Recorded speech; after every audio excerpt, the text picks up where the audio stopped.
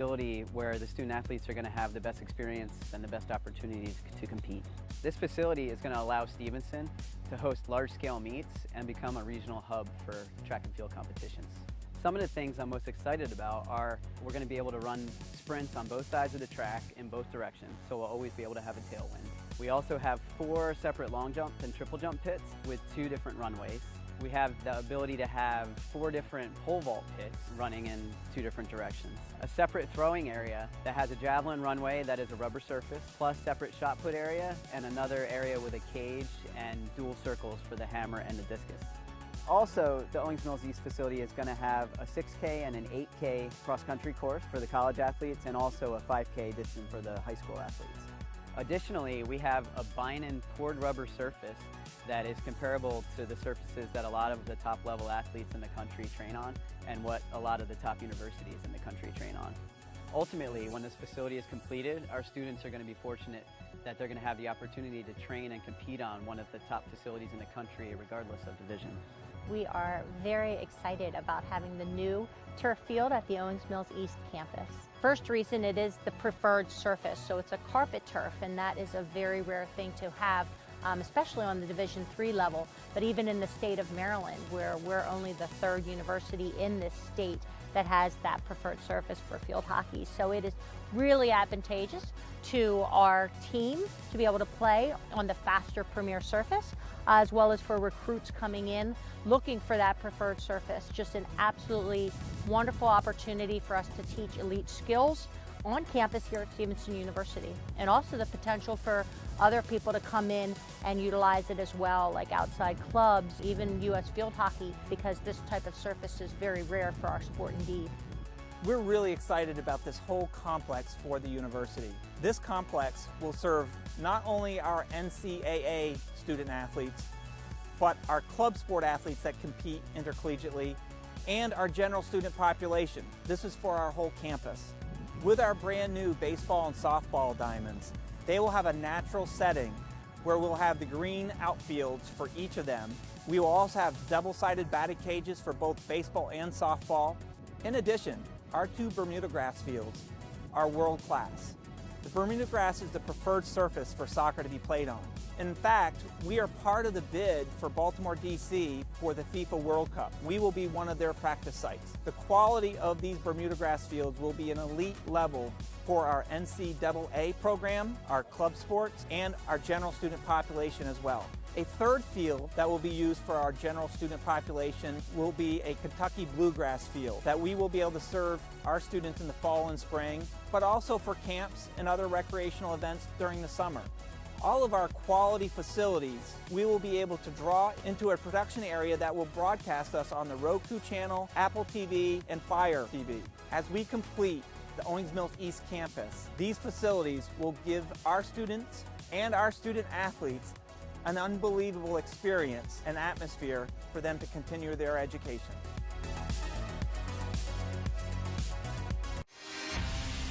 More than ever, MSBA is the home for legal professionals in Maryland. Tens of thousands of our members are engaging more than ever and benefiting from more resources, more content, more community, more legislative presence, more research, more connections than ever. More than ever, MSBA is serving, connecting, and empowering Maryland's legal professionals. Be a part of it.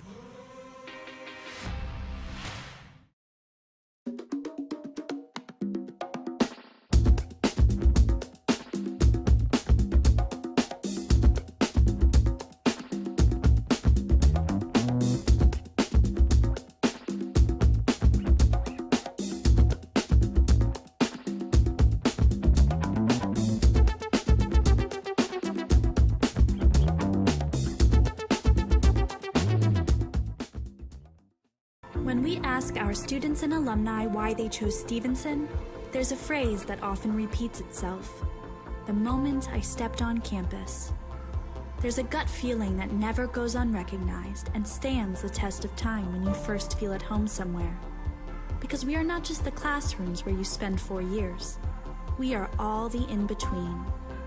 We are the students who have pursued the boldest ventures, who have tested their creative limits, who have pushed themselves to national championships, who have paved the way for unheard voices, who have turned their passions into professions, and who have charted their vision for the future here. We are the faculty, staff, coaches, and advisors who mentor, who meet students where they are and propel them toward where they want to be, and who are the cornerstone of our personal and professional growth. We are the Mustangs, past, present, and future, who come together across all barriers to face uncertainty with resilience and look to the future with confidence. We are the place where people still hold doors open for each other. Where questions turn into conversations. Where crossing paths spark lifelong bonds. Where you're not just seen as a number. Where you become you. We are more than just an education. We are the experiences, the connections, the community that give education meaning. We are who we've always been, your home away from home. It's a history worth repeating and a feeling worth holding on to. We are Stevenson University.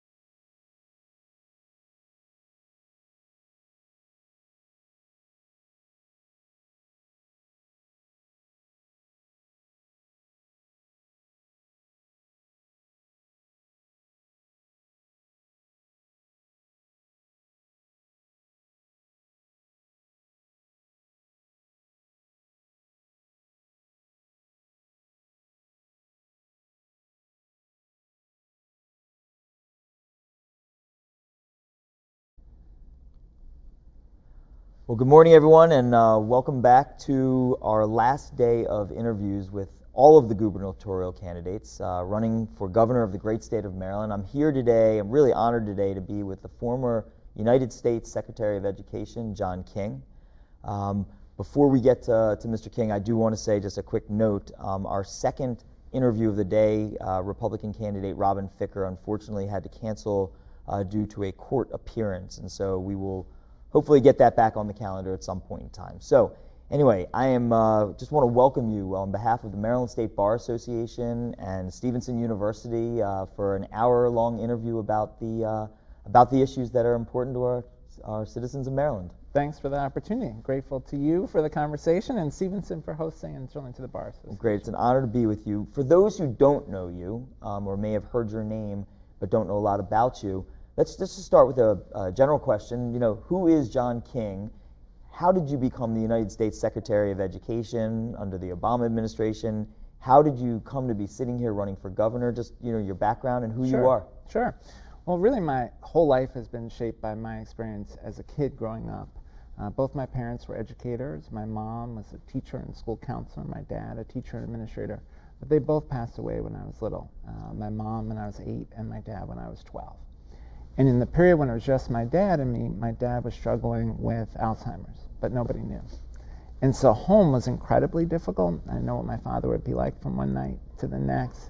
It was often really scary. And the thing that saved me was school. School was the one place in my life that was safe and consistent and nurturing. And if not for the teachers I had as a kid, I don't think I'd be alive today. Maybe I'd be in prison, but my life would have taken a totally different direction. After my dad passed, I moved around different family members, different schools. I actually got in a lot of trouble.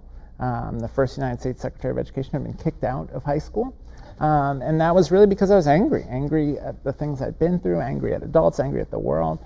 And I was lucky that folks gave me a second chance, that there were teachers and a school counselor and some family members who were willing to see me as more than the sum of my mistakes. And because of their investment in me, I became a teacher. A high school social studies teacher, a middle school principal, led schools at the local level, at the state level, and then came to work for President Obama as Deputy Secretary of Education first, and then as Secretary of Education. And since the end of the administration, I've been running an education civil rights organization called the Education Trust. But you know, as an educator, you see how kids and families are so profoundly impacted by all the other systems operating in their lives. Whether or not they have safe and affordable housing, whether or not they're food insecure, whether or not their parents are caught up in our system of mass incarceration. And I've gotten increasingly involved in cross-sector initiatives, founded an advocacy organization here called Strong Future Maryland to work on equitable recovery from COVID. And that work really convinced me that the next governor will be in a position to make government a force for good in people's lives in much the way that schools were such a powerful force for good in my life. So that led me to decide to run. And family now? Yeah, so I have my wife, who's also in education, and then 2 daughters, 18 and 15, both Montgomery County Public School students. One just graduated last June. She's a freshman in college, and the other is a sophomore at Blair High School in Montgomery County. All right. Well, it's great to have you here, and let's get into some issues. And so I'm just going to ask a general question that I've asked all the candidates and just give you kind of the opportunity to do the John King stump speech, as it were. Sure. You know, what does a John King administration look like? And I don't mean who's in the administration, just what are the priorities that you would bring? What are any particular specific issues that you think need to be addressed here, and how would you address them? And this is the opportunity to say, what does it look like in a John King for governor administration? Well, thanks for the opportunity to talk about that. Sure. So really, 3 core pillars for me. One, of course, is education. You know, the General Assembly passed the Blueprint for Maryland's Future over the governor's veto. That will put more money into K-12 to raise teacher pay, to expand pre-K, to improve career and technical education, to make all of our high-poverty schools, community schools. Hugely important that we have a governor who actually follows through on the blueprint. I will. But I think that should be the floor, not the ceiling of our investment. I think we should invest in universal, affordable, quality childcare, birth through 5. Hopefully we'll have some additional federal resources through Build Back Better to be able to do that, but we certainly have the resources here if we have the will. And we need to invest more in our community colleges and our HBCUs to make sure that they remain engines of social mobility. So that's one pillar. Second pillar for me is economic development and economic dignity. We, of course, have to keep growing the number of good jobs in the state. We have to make sure folks have the skills for open jobs, apprenticeship programs, career training programs. We're going to provide more access to capital for small businesses through creating a state bank, for example. But we also have to attend to economic dignity issues, paid family leave, access to housing that's affordable, investing in public transportation. Those kind of quality of life issues also have to be a part of how we think about a strong economy in the state. And then the third pillar for me is around the environment. Obviously, we have to protect the Chesapeake and make sure that we're protecting water quality. We also need urgent action on climate. We're seeing the consequences of climate change already. Flooding in many places in the state, losing farmland on the eastern shore to saltwater intrusion. We need to be one of the first states to be net zero greenhouse gas emissions. That's achievable. We've put forward a very specific plan for how we get there. Changing building standards, changing transportation policy, growing good jobs in renewable energy. There's really an opportunity to see work on the environment as an economic growth opportunity for the state. Okay. A lot to unpack there, and I do want to start because your wheelhouse, obviously, being the former Secretary of Education for the country, is education. But bringing it back to Maryland, the blueprint, which I was in the General Assembly for some of it, at least for the planning of it, and I was unfortunately old enough to be there for the Thornton Commission as well prior to that. So it's a lot of really great stuff, and you mentioned some of them, but there's not a funding source for it, and it's incredibly expensive and worthwhile, I think most people would believe.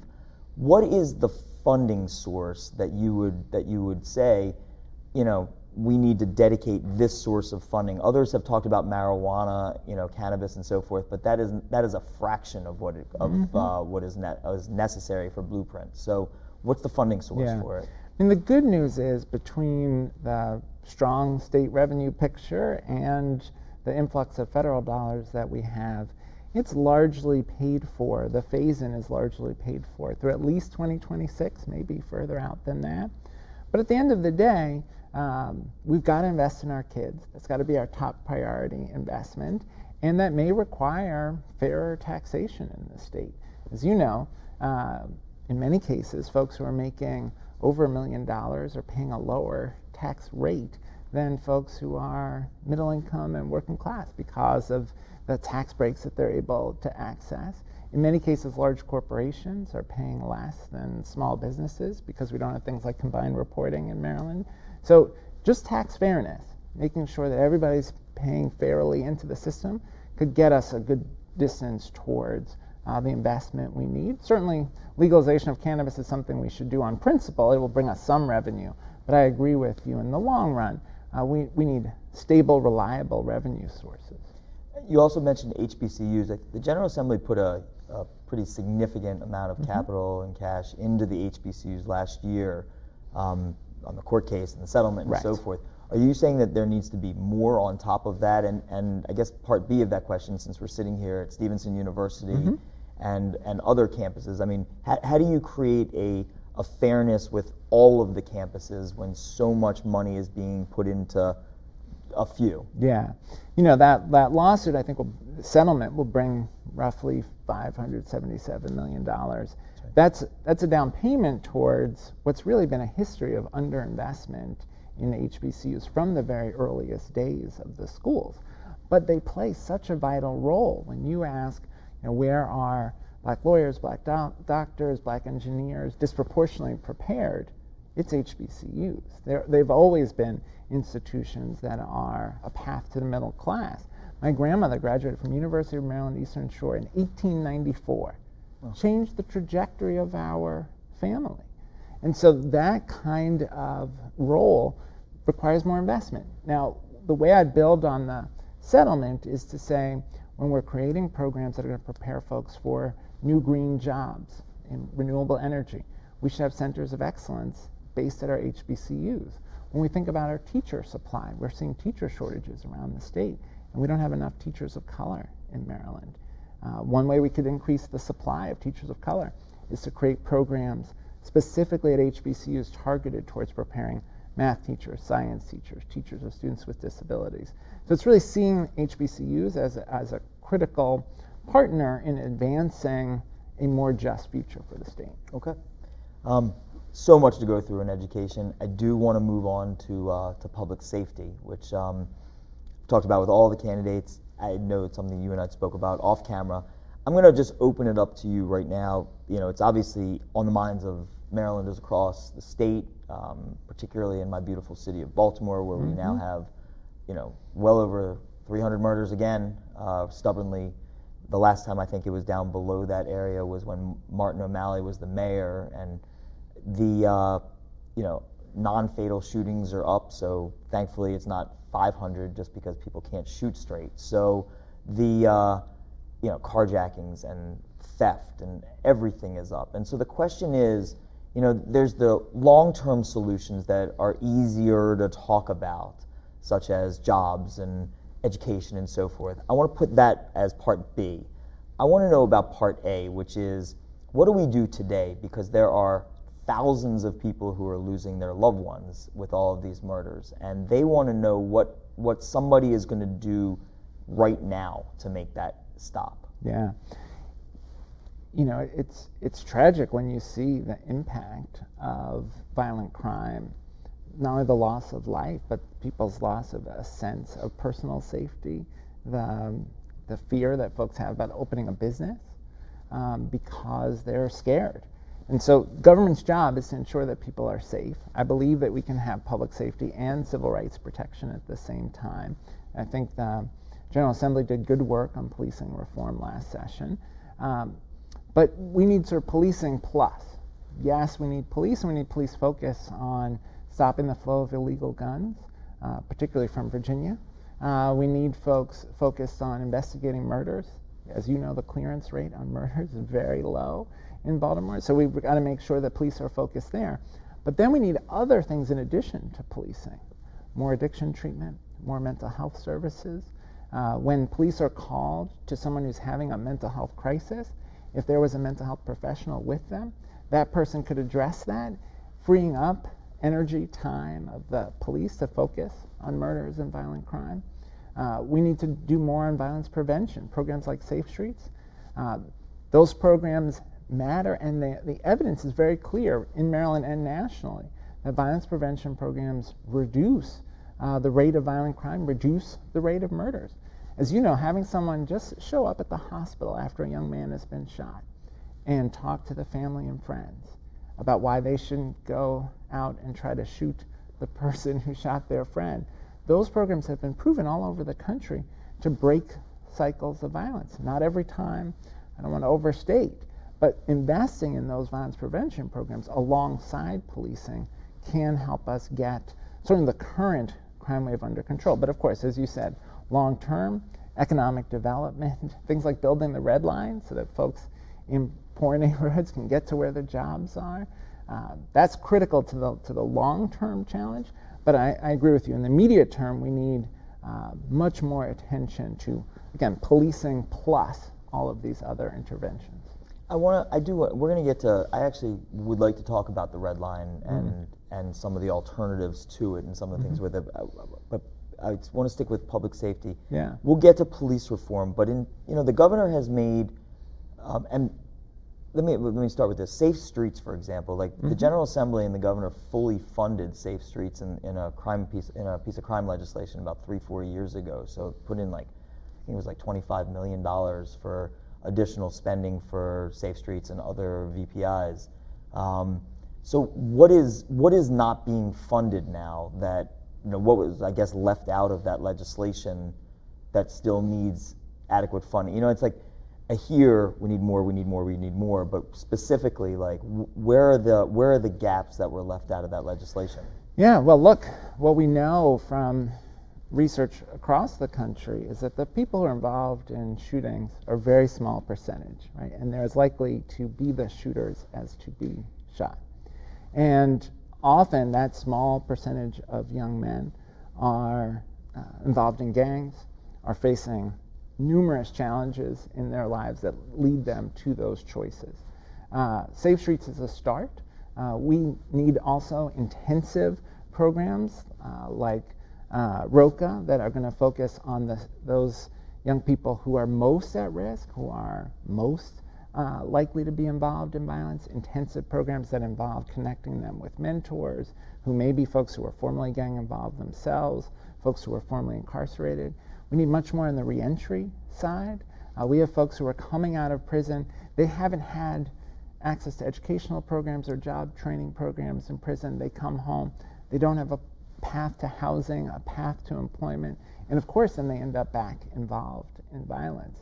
So we've got to put a lot more resources towards experiences in prison that will prepare people for life on the outside, and then reentry supports. But again, it's about targeting the investments to those folks who are most at risk of being involved in violent crime so that we prevent the violent crime, rather than putting all of our focus on what we do after the violent crime has occurred. So that was what I was going to ask you. Yeah.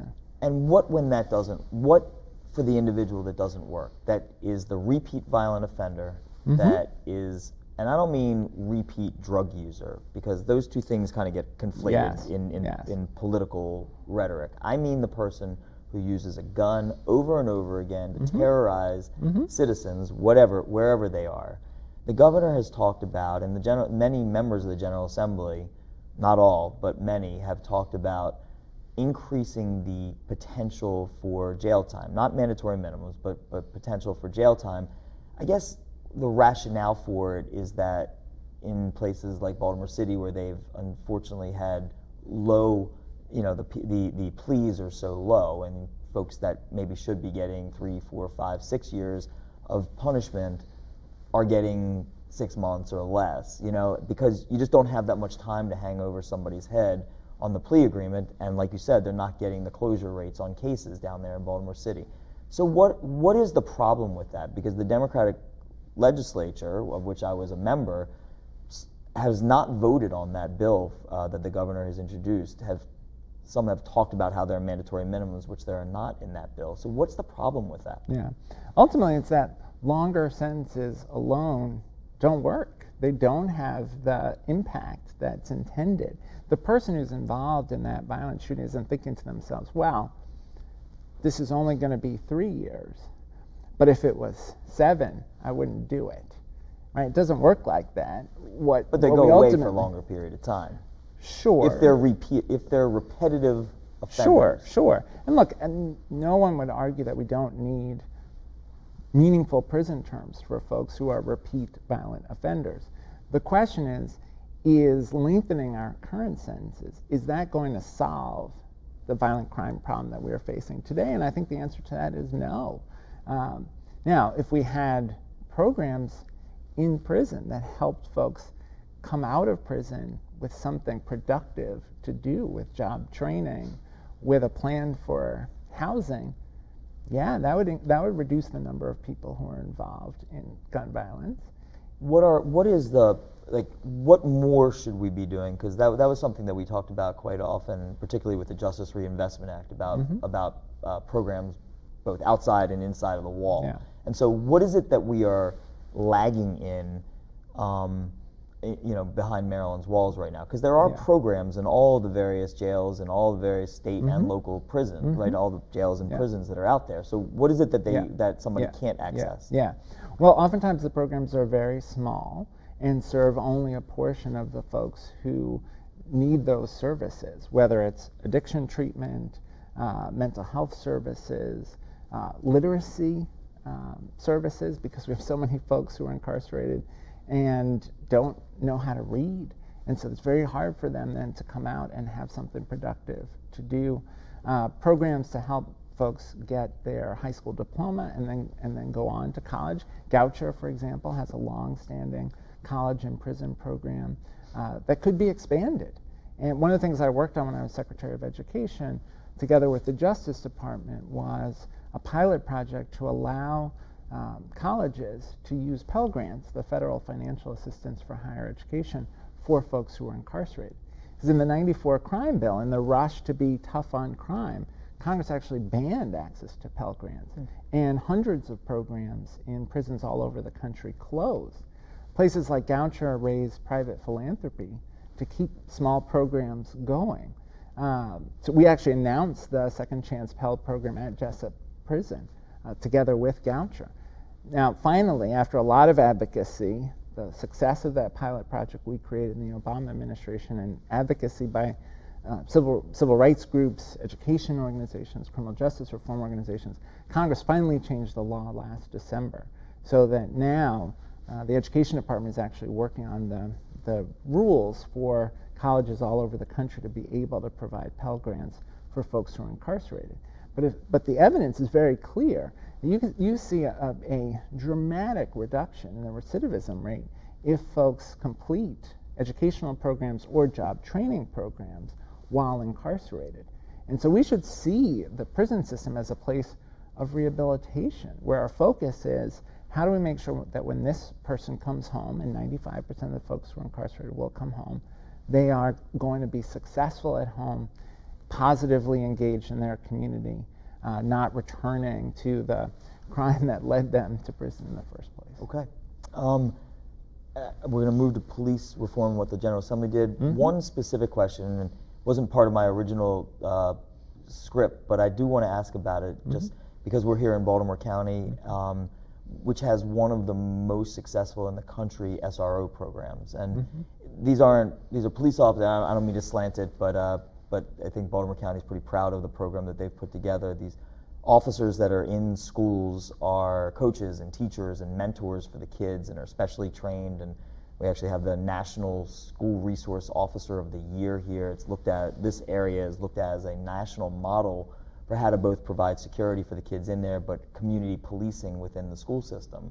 Some have suggested that there is somehow this school to prison pipeline that they are trying to get rid of, and they blame SROs, which haven't produced much evidence about that. I guess my question to you is, what is your position on that? There's a bill in to do away with it, the SRO program, and not permit places like Baltimore County to have them, even if they want it. And so, I guess, what is your position on that? I guess, based from an educational standpoint, from a public safety standpoint. Yeah, I think the evidence is that the presence of SROs increases the likelihood of arrests in school. So, to my mind, I would replace SRO programs with school safety teams that might include safety staff that are employed by the school district, as well as counselors, social workers, mental health service providers for kids and families. There are SROs doing a great job all over the country, and I respect that. But the policy question of whether or not we should have police officers in schools, I think we shouldn't. You think we should not? We should not, yeah. So even, let me just push a little bit on that. So in a place like Baltimore County, I was curious about that, and the evidence that you're talking about is national, certainly not local here to Baltimore County, or Howard County, or other jurisdictions that have steadfastly wanted to keep their program. Are you saying that the state should, even though that evidence of the incidence of arrests does not exist for a certain jurisdiction, and even if the county, the schools, the PTAs, the parents, the kids want the program, you think that the state should say, I'm sorry, you can't have that? Well, the role of the state really is a funding role. So the question is, should federal or state funds be used for SRO programs? And I think the answer to that is no. So what if the county says, we'll fund it ourselves? Local communities, they're going to be able to make decisions about their schools and about their police departments. And that's the nature of our system. I just want to make sure. Yeah. Because the bill that's down there, and it's very controversial, would prohibit jurisdictions from doing so, that they would not be permitted to do that. And I'm just trying to be clear, don't want state funds going to it, but if a local jurisdiction wants to have this, wants to continue with their program, they should be entitled to do so with their own funding? Again, I think local jurisdictions, they're going to have to make decisions about where they assign their police officers, and local school districts are going to have to make decisions about how they approach student safety within their district.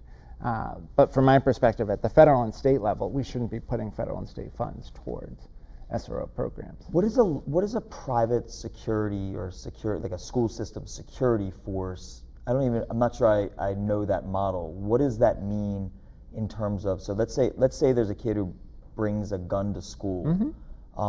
What is a if it's not an SRO, if it's not an actual police officer, but it's somehow a private security through the school system, I guess. I mean, who trains them? I'm not sure I understand that it's model. not private security, it's school districts security staff. And that's what many school districts across the country do. We don't have that here in Maryland, do we? There are school district security staff. Yeah, absolutely. Do they have arrest power? Yeah. No, I mean, they're not police officers. Now, what they do, if there's a situation that requires a police officer can come to the school and make an arrest if that's appropriate. The difference with school security staff is they see themselves as part of the school district. They're participating in all of the school district professional development, and their first response is to focus on school-based approaches to student discipline, whether that's restorative justice programs or social work or a counselor interventions, rather than an arrest. And I mean, what you're describing is exactly to me what the challenge is, that oftentimes when you have police officers in school, their training is around making arrests, as opposed to school staff whose approach is focused on supporting kids' academic and socio-emotional development. Okay. All right, so we're going to move, as I promised, and you had spoken about it before, to police reform, whatever the right terminology is for that. Police community relations is actually, I think, a better terminology for it. I guess my general question is, you said that you supported what the General Assembly did this past session, and is there anything that you would either subtract from what they did, maybe they went a little bit too far, or add to what they did because maybe they didn't go far enough, or did they hit the nail kind of right on the head? I think they did a good job. I guess the two things I'd observe, one is the policing reforms and police accountability are necessary but not sufficient for reimagining public safety.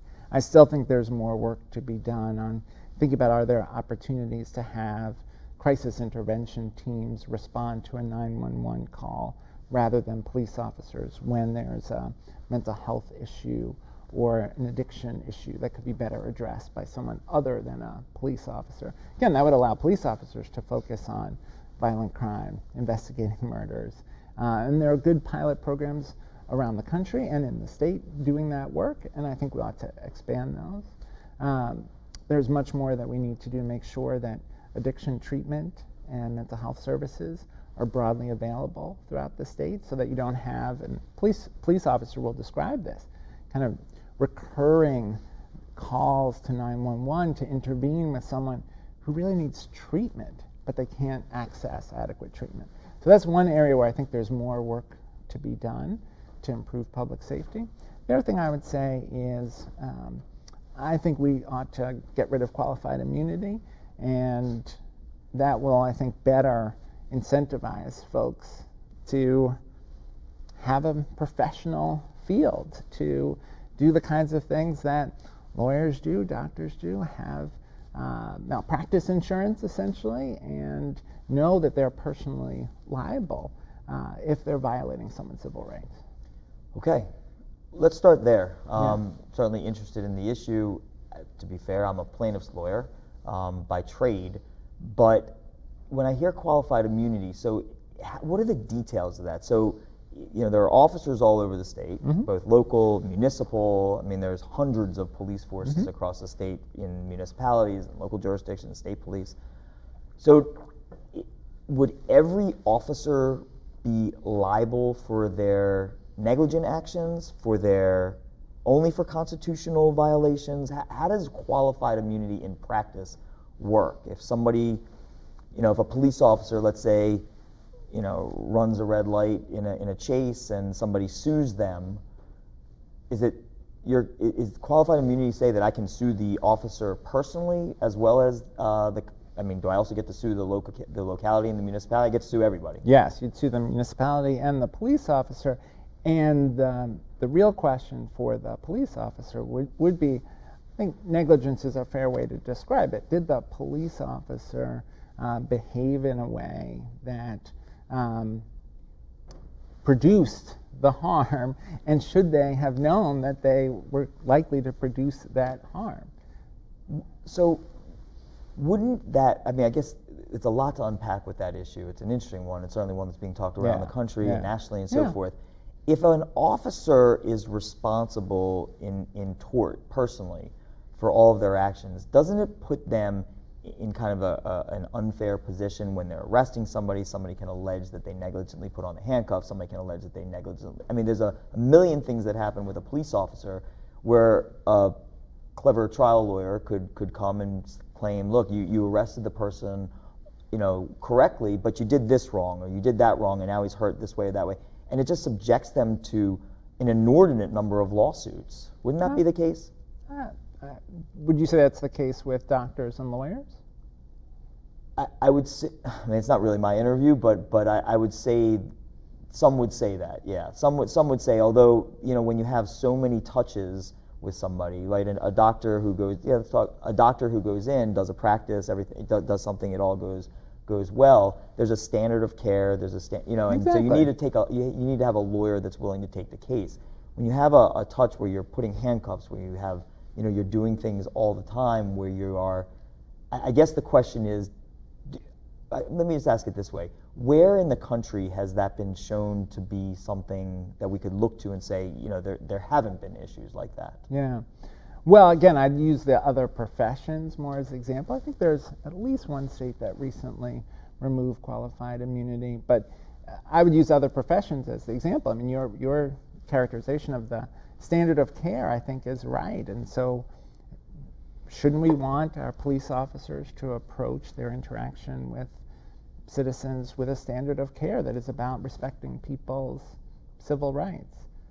And we ought to have incentives for both the individual police officer and the municipal or county police force to attend to that standard of care. You know, one of the things the General Assembly did was to raise the limits on how much you could sue the municipal police force for the county police force. That's good. That idea there is increase the incentive to do good training and to hold people accountable when they're doing the wrong thing. Should we lift those caps completely? I recall that the legislation and how it went through.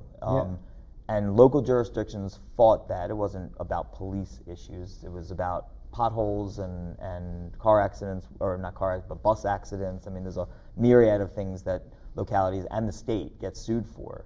Should there be a cap on? I guess what I'd say is I want to see how the reforms that the General Assembly pass, how they play out over time. I recognize that that was a delicate compromise that was trying to balance a lot of competing interests.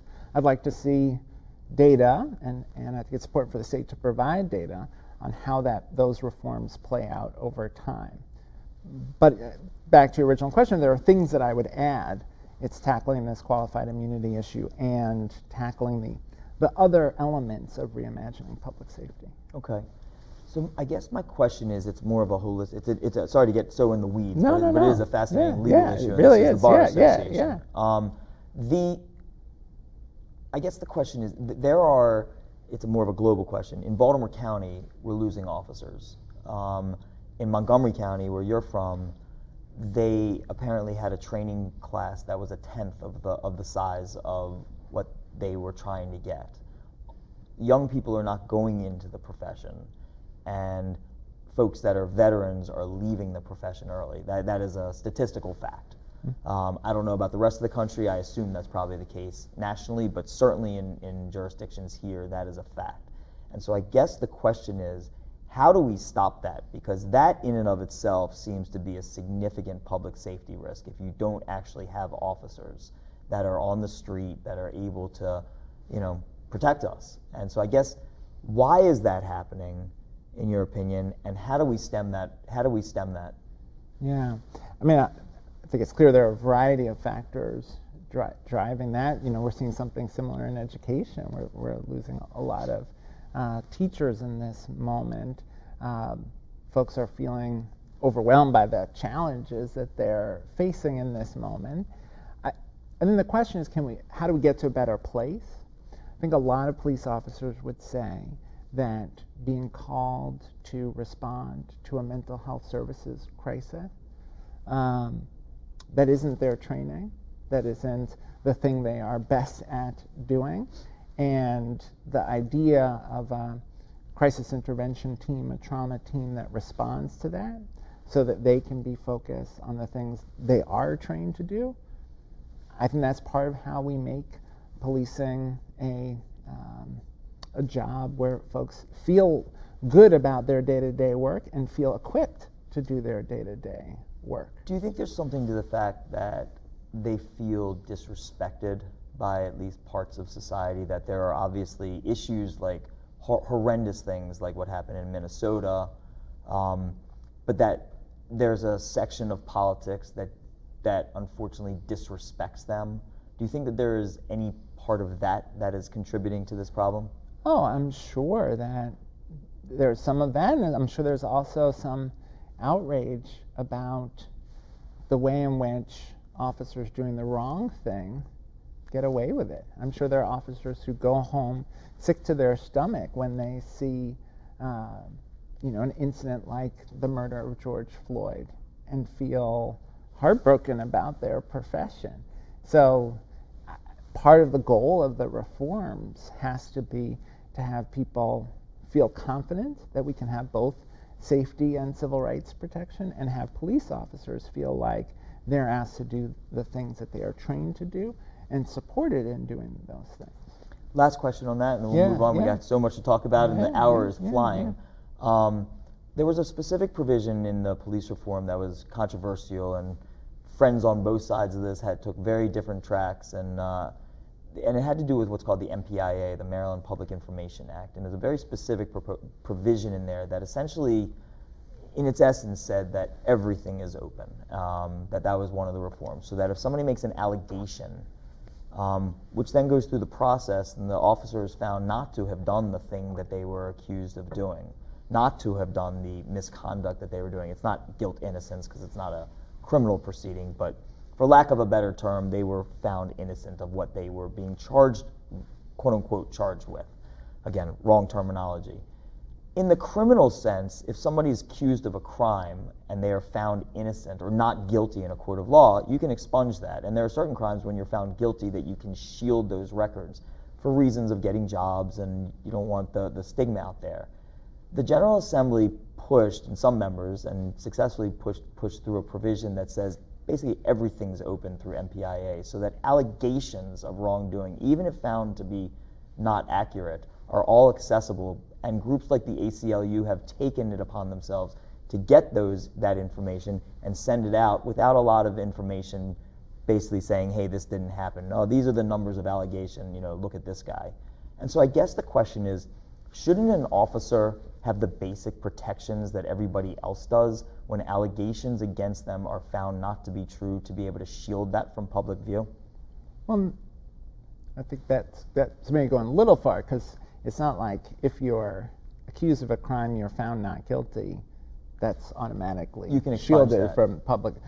You can, but that's not automatically shielded from public view. So I think, again, this is a place where we'll have to watch and see how this plays out. I think what was driving that, as you know, was a history of officers having repeated accusations, and then those officers being involved in some of these horrific incidents. Sure. And folks coming back and saying, how was this allowed to go on? And I think most police officers would say there are bad apples, there are individual bad actors, and they should be held accountable. And one of the things that you see when you look across the country at these horrific instances of civil rights violations is often the same officers over and over again who are involved in these incidents. And so, again, we're going to have to see how the package of reforms that were put in place work, but the goal here is that we have, again, public safety and civil rights protection, and more action by municipal and county police forces against those who are doing the wrong thing.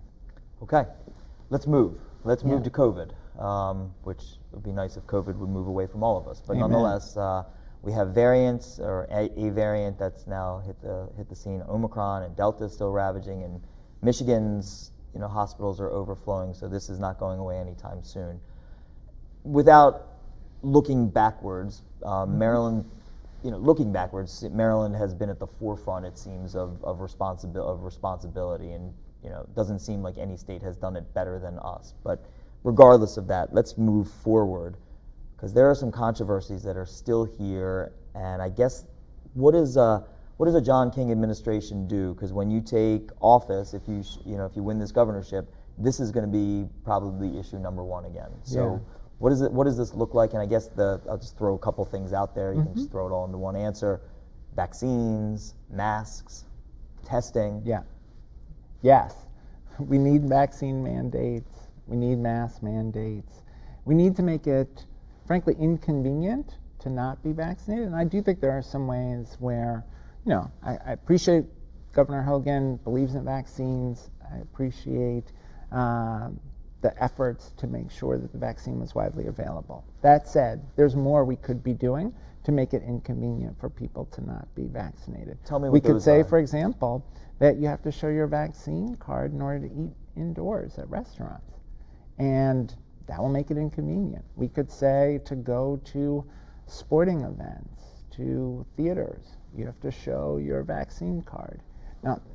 Now, if we said that was required throughout the state, I think you'd see in some of these places where the vaccination rate is still under 50%, you'd see people making the decision to get the vaccine because it would be pretty inconvenient to not be vaccinated. We should have. Could I ask you a quick one, just an extension of that one? Somebody had made a recommendation about an extension of that. It's interesting. You said sporting events. I went to the Las Vegas Ravens game, and they did in fact mandate vaccine. It's an interesting idea. Would you go beyond that, though? And I've asked a couple of the candidates this, to things that the state can really control, not just the private business saying you can't come into a restaurant, but for things like getting a driver's license. You don't get your driver's license until you get your jab, or you're getting a housing voucher, but we want a mandate. So we have a vaccine mandate, and you need to get vaccinated unless there's a reason not to, before you get your housing voucher, or other state services that are given, some of them to some of the poorer communities which have seen a low vaccination rate. Would you go beyond just asking the businesses to do it and actually say, state employees, you've got to get it before you get to that driver's license, before you get that housing voucher, before you get your medical assistance from the state of Maryland, you got to get a jab? So state employees, should have to be vaccinated. On state services, no, I wouldn't go there, because I think healthcare is a human right, housing is a human right. We got to make sure that those services are available to folks. But why would you say a restaurant can't have a patron, but the person who refuses to get a vaccine can still get tax dollars or their housing voucher? Well, because with their housing voucher, they're getting a place that they live by themselves, and they're not necessarily exposing others to illness. Whereas if you come into the restaurant and you're not vaccinated, you're putting others at risk. Public transportation? Public transportation, certainly, it's shocking to me that we haven't done it for airlines. How about buses? No, not marked, but public state, the transit and subways and so forth. No, I think people have to be able to get to the doctor. They have to be able to get to their job. So I wouldn't do it on all public transportation. Air travel, certainly. Okay. And many other countries are doing that already. They have been doing that in the early days of vaccination. Okay. How about mask mandates for schools? This is a place where I think the governor shirked responsibility. He left it to the State Board of Education to put the mask mandate in place. He could have done that himself. I think that was short-sighted and maybe about the politics of Iowa 2024 rather than the health and safety of Marylanders. We should have mask mandates in place, in schools. I was in a school in Prince George's County a couple days ago. Kids had their masks on. It was fine. My daughter goes to Blair High School in Montgomery County. She has her mask on. It's fine. Adults have made this much more dramatic than it is for kids. The kids are fine to have their masks. It keeps them safe, keeps their family members safe. You think we should have a mask mandate right now in all schools? Yeah. Okay. Absolutely. All right. I have a bunch of things I want to ask you about. They're kind of a rapid round question. So it's kind of yes, no, maybe with a little explanation. Okay. We have so right. much to talk. I wish we had time to talk about environment. Yeah. I know you went in Yeah. economics. I'll just ask you this. It's an issue, I think Maryland is quite proud of it. Marylanders seem to be quite proud of it. We banned fracking. Did it, the only state in the country to do it with the governor and the legislature working together on it. As I think people know, New York did it, but that was only because Andrew Cuomo did it by executive order, and Vermont did it, but they don't actually have any natural gas, so I'm not quite sure the value of that. But Maryland did have it and was the first and only state to ban fracking. Agree or disagree with the ban on fracking? Very much agree. I guess a question for a little bit more complicated is how do we get the states surrounding us? Because we have stopped it in Deep Creek and up in Western Maryland, but surrounding them in West Virginia and Pennsylvania, they're fracking all over the place. And so it has some value, but limited by the fact that the states around us seem to be doing it like crazy. Yeah. How do we fix that? As you know, it's a challenge to get some of our neighboring states to take environmental responsibility seriously. You think about Pennsylvania and their contribution to our water quality challenges. Ultimately, I think this is a place where we could really benefit from federal leadership. I'd love to see a federal fracking ban. I'd love to see the federal government move much more quickly towards renewable energy, both the investment in the renewable energy infrastructure and the investment in continued research so that we keep bringing the cost down of renewable energy. But in Maryland, we could get to net zero greenhouse gas emissions by 2035 if we were intentional about our policies. All right. Delegate Fischer, who's now, I think, running for county council, but Delegate Fischer has proposed for this legislative session an interesting idea, taken from Pennsylvania of all places, which is a constitutional amendment for a clean environment, for a healthy environment. I assume the ramification of that would be that you would have more standing to sue as a private citizen or a town or what have you for environmental problems like water pollution, air pollution. Good idea, bad idea to put it into the Constitution? I think it's a really good idea, an interesting idea. The language would matter a lot, the specifics would matter a lot. But as you know, there are kids who miss school today in Baltimore because of bad air quality, because they have asthma tied to air pollution. So our failure to secure a healthy environment isn't something that is a 50 years from now problem. That's a today problem that's harming people's health and well-being. Okay. Continuing on, the governor, on behalf of Senator Kramer and others, based on a piece of legislation that was in the General Assembly some years ago, put in place an executive order, so this would be within the purview of the next governor, that has stayed, and some have talked about challenging it, but nothing has ever really come of it. An executive order about the so-called BDS movement, or the boycotting of Israel. And essentially, it's based on what a number of other states have done, New York and others, but for Maryland, the governor put in place that for a company that is involved in this, that they would not be able to do business with the state of Maryland, that they would not be eligible for state contracts or be involved in our pension system, that we have an economic interest and a moral interest in our sister state, the state of Israel, and some of the cities that we have sister agreements with. So I guess the question is, all the candidates have talked about this. What would John King do with that executive order? Yeah, so let me first say, categorically opposed to BDS, believe 100% in the right of the state of Israel to exist, and the importance of the relationship between the United States and Israel, and the importance of the relationship between Maryland and Israel. And I also believe that there is a two-state solution that can be achieved over time, and we ought to be working towards that. As a general matter, I don't think we should be restricting people's right to protest. Now, I know there's the governor's executive orders in litigation. It'll be interesting to see what the courts do with it, but let's assume for the sake of argument that the courts do what every court has done with that, which is to hold it, which is to hold it up. I guess the question is, would you commit to keeping the executive order in place? It's based on, and just I guess from the philosophical standpoint, it's based on what what prior legislation has been related to South Africa or Iran or some of the other ideas about divestment in those countries based on what they're doing. This is a little bit in reverse, but it's divesting ourselves from the businesses that are doing harm to the state of Israel. Yeah, I think it is. You're right. It's different categorically from the South Africa divestment structure. I think this is, in a way, crossing over into restricting folks' speech, and that seems problematic to me. So I wouldn't have put that executive order in place and wouldn't continue it. So you will not continue that. And in my view, the courts, I would hope, would see the importance of the First Amendment protection in terms of folks' speech. Okay.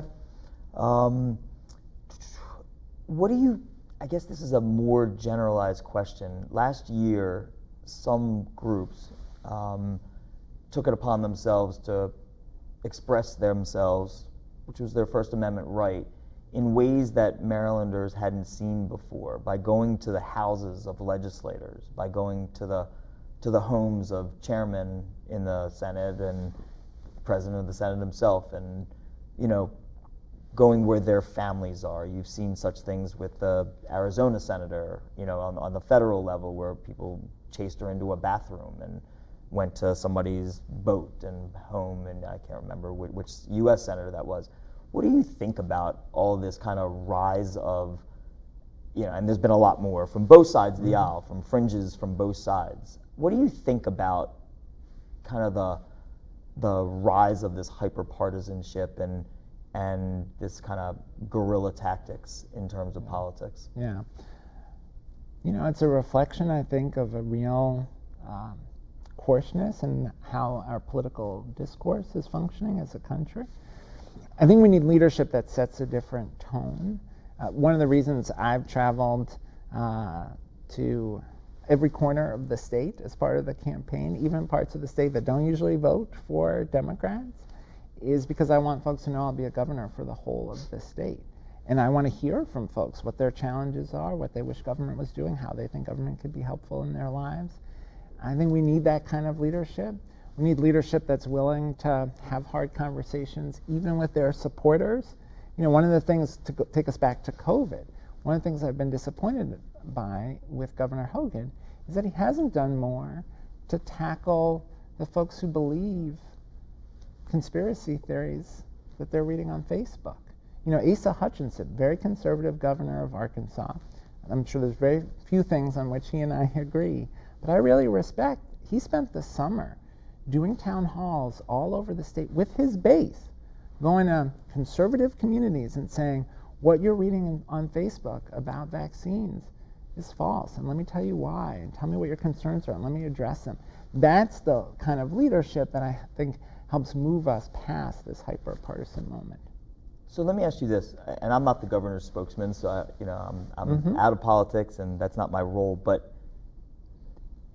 the governor was famously quoted as saying, wear the damn masks, and was really out in front in terms of, was having daily press conferences about the vaccines, getting the vaccine. They've had mobile units going out with the vaccine, led by Chris Schenck and others in the Department of Health. What more, they've tackled, if you read the polls, he gets hit by the right wing much more. I think the last one said like 73% of primary voting Democrats would support Larry Hogan, support him, think he's doing a good job, and it's like 82% of the state. What more could he possibly have done to get crossways with his own, kind of some of his own supporters in dealing with this? It seems like he was way out in front on that. Well, again, he could do what Asa Hutchinson did, right? He could go. We have counties where the vaccination rate is very low. Is that because they wouldn't listen to anybody, or is that because... Well, I think what Asa Hutchinson was trying to demonstrate was we have to talk to folks about what their concerns are, what their fears are, because they're often driven by misinformation. And Asa Hutchinson was willing to expend his personal political capital to go talk with folks directly and really try to save their lives. And I think it'd be immensely helpful if the governor would go to places in the state where the vaccination rate is so low and talk to folks. Now, there's some political risk. I agree with you. That may cause people to be mad, and that may offend some of the potential 2024 primary voters. But it's still the right thing to do. All right. Well, we will. We have started to run it. We've actually run out of time. I've just got the high sign. We have 2 minutes left, and so much more to talk about, from public financing of campaigns and cash bail and some other things we did not. Your economic message and so forth. I'm going to just turn it back over to you and allow just let you do the kind of the closing stump speech of a quote debate. And for the 27,000 members of the bar, and whoever else may see this on Facebook or wherever else, or as my kids call it, Mom Book. So whatever it is that you, kind of why is it at this point in time, there's a lot of folks running in the Democratic primary and then the general beyond that. What does, why should people be attracted to the John King candidacy? Yeah. Well, appreciate this conversation. Thank you for a great and interesting conversation. It's been fun to talk. So, look, I think the two things that I bring are a very clear progressive vision for how we move the state towards greater equity, greater justice, and greater prosperity, and the experience at the local level, state level, federal level of getting big things done in government. The budget of the U.S. Education Department when I was secretary, $15 billion bigger than the budget of the state of Maryland. I certainly have opponents who haven't been in government or haven't run a large organization. I've done that, and so can deliver on the things that will matter in people's quality of life. Things like paid family leave, universal, affordable quality child care, clean air, clean water, taking action on climate. I can deliver on those things, and for that reason, I hope folks will support me. The other thing I will say is, I think in this moment in particular, we have a responsibility as a state to tackle issues of racial justice. As you know, I live in Silver Spring, about 25 miles from where my great-grandfather was enslaved in Gaithersburg, Maryland. And the property was enslaved, still owned by the family. They're direct line descendants of the family that enslaved my family. The cabin where my great-grandfather was enslaved, still standing on the property. When I stand inside of that cabin, what you see is the cruelty of the institution of slavery. It's not 30 yards from the main house. And so many of our challenges today are tied to that history of slavery, of segregation, of redlining. But the other thing I think about standing inside of that cabin is how profound it is that in my family, we went in 3 generations from enslaved in that cabin to serving in the cabinet of the first black president. And that's a powerful statement about what's possible if we build an opportunity society, and that's what I want to do as governor. All right. Well, we've come to the end and our last interview of all the candidates. I just want to, first of all, say thank you to you for joining me for an hour of a really interesting conversation. John King, former Deputy Secretary of Education, former Secretary of Education for the United States, and Democratic candidate for governor of the great state of Maryland. Thank you so much. It's been an honor to have you on behalf of the Maryland State Bar Association and Stevenson University. Thank you and good luck to you, and we look forward to seeing you more. Thank you so much. All right. Thank you. Thank you.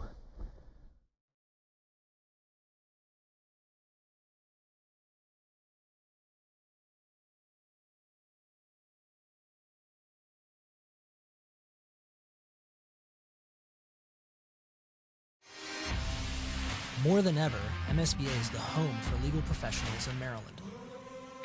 Tens of thousands of our members are engaging more than ever and benefiting from more resources, more content, more community, more legislative presence, more research, more connections,